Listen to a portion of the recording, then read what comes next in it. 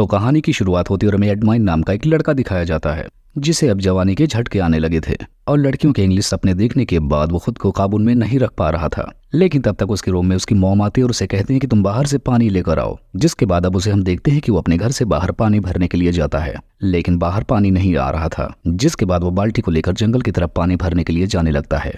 अब उसे जंगल में अचानक से एक लड़की दिखाई देती है जो बिना कपड़ों की यानी नग्नावस्था में नहा रही होती है और अब वो इस तरीके से उस लड़की को छुप कर देखने लगता है। अब वहां से वो लड़का सीधा अपने घर आ जाता है जहां पर उसकी माँ उसे समझाने लगती है कि तुम अपनी पढ़ाई खत्म करके जल्दी से कोई ना कोई जॉब करने लगो। लेकिन अब तो एडमार के सपनों में वही बिना कपड़ों वाली लड़की ही घूम रही थी जिसका नाम हमें करिश्मा पता चलता है।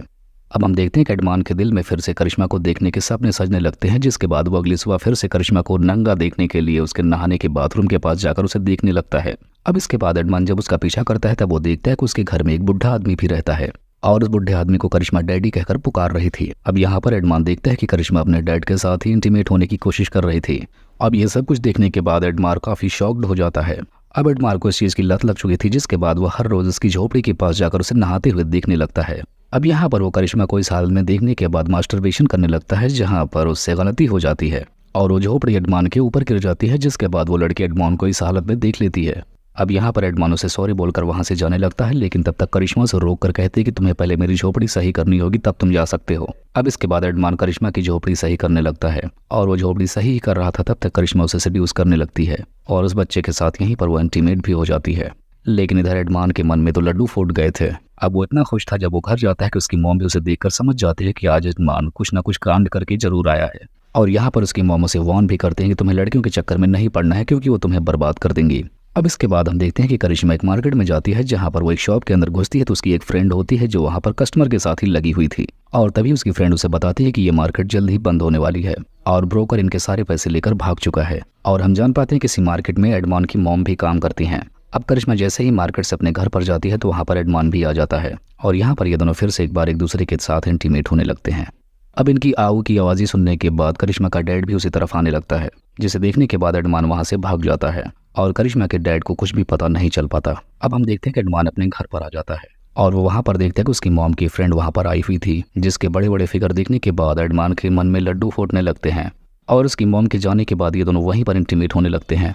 अब रात में हम देखते हैं कि एडमान करिश्मा के घर पर जाता है जहां पर वो देखता है कि करिश्मा अपने डैड का मनोरंजन कर रही थी। अब कुछ टाइम बाद करिश्मा अपने डैड को अपने बिस्तर पर सुलाकर अपने साथ एडमान को लेकर जाती है जहां पर ये लोग रात भर एंजॉय करते हैं। अब अगली सुबह करिश्मा का बाप एक वकील को बुलाता है जिसमें वो अपनी सारी प्रॉपर्टी करिश्मा के नाम करना चाहता था। जिसके बाद वो सबको बताता है कि करिश्मा उसकी गोद ली हुई बेटी थी क्योंकि करिश्मा के माँ बाप बचपन में ही गुजर चुके थे, इसलिए उसने अपने फ्रेंड की बेटी को गोद ले लिया था। अब करिश्मा एडमार के घर पर आती है जहां पर एडमान अपनी मॉम की फ्रेंड के साथ ही लगा हुआ था। जिसके बाद वो अपनी मॉम की फ्रेंड को जल्दी से वहां से जाने के लिए कहता है। जिसके बाद अब करिश्मा एडमान के पास आने के बाद उसे सारी बातें बता देती हैं कि उसका बाप सारी जायदाद उसके नाम करने वाला है। लेकिन यहाँ पर एडमान पूछता है कि तू अपने पिता के साथ ही इंटीमेट कैसे हो सकती हो। तब करिश्मा बताती है कि उन्होंने सिर्फ मुझे गोद लिया है, वो उसके पिता नहीं है। अब यहीं पर एडमान और करिश्मा जब एक दूसरे के साथ अपने घर पे लगे हुए थे तभी करिश्मा का फादर वहां पर आ जाता है और इस हाल में उन दोनों को देख लेता है जिसे देखने के बाद एडमान डर के मारे वहां से भाग जाता है।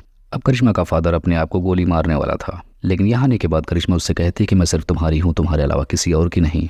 अब अगली सुबह फिर से एडमान करिश्मा को देखने के लिए उसके घर के पास आता है, लेकिन वो देखते करिश्मा अपने फादर के साथ ही चिपक कर सोई थी जिसे देखने के बाद एडमान को बहुत गुस्सा आता है। अब एडमान गुस्से में आकर करिश्मा के फादर को मारने वाला था, लेकिन इससे पहले एडमान करिश्मा के डैड को मारता उनकी आँख खुल जाती है और वो अपनी गन निकाल कर एडमान को मारने लगता है, लेकिन फिर भी एडमान उसे बुरी तरीके से मार देता है। तभी वहां पर करिश्मा भी आ जाती है और अपने बाप को मार खाता हुआ देखती है, लेकिन हम देखते हैं कि एडमान करिश्मा के सामने उसके फादर को मार डालता है। अब करिश्मा गुस्से में आकर एडमान के ऊपर भी गोली चला देती है जिसके बाद अब वहां पर पुलिस भी आ जाती है। जिसके बाद करिश्मा सारा इल्जाम एडमान के ऊपर ही लगा देती है। अब इसके बाद हमें एडमान को दिखाया जाता है जो हॉस्पिटल में एडमिट था। यहाँ पर उसकी मॉम अगर उसे बताते हैं कि करिश्मा ने सारा इल्जाम तुम्हारे ऊपर लगा दिया है। ये सुनने के बाद एडमान भी रोने लगता है कि करिश्मा उसके साथ ऐसा कैसे कर सकती है। अब इसके बाद हमें मार्केट का सीन दिखाया जाता है जहां पहुंचकर करिश्मा सारे बिल चुकता कर देती है जिससे अब उसकी मॉम की जॉब नहीं जाएगी और इस तरीके से वो मार्केट वहां से हटने से बच जाती है। अब इसके बाद करिश्मा हमें उसी वकील के साथ दिखाई जाती है जिसके साथ वो शहर छोड़कर जा रही थी। अब कहानी के लास्ट सीन में हमें एडमार को दिखाया जाता है जिसे अब जेल हो चुकी थी और इसी को दिखाते हुए इस कहानी का यहीं पर एंड हो जाता है।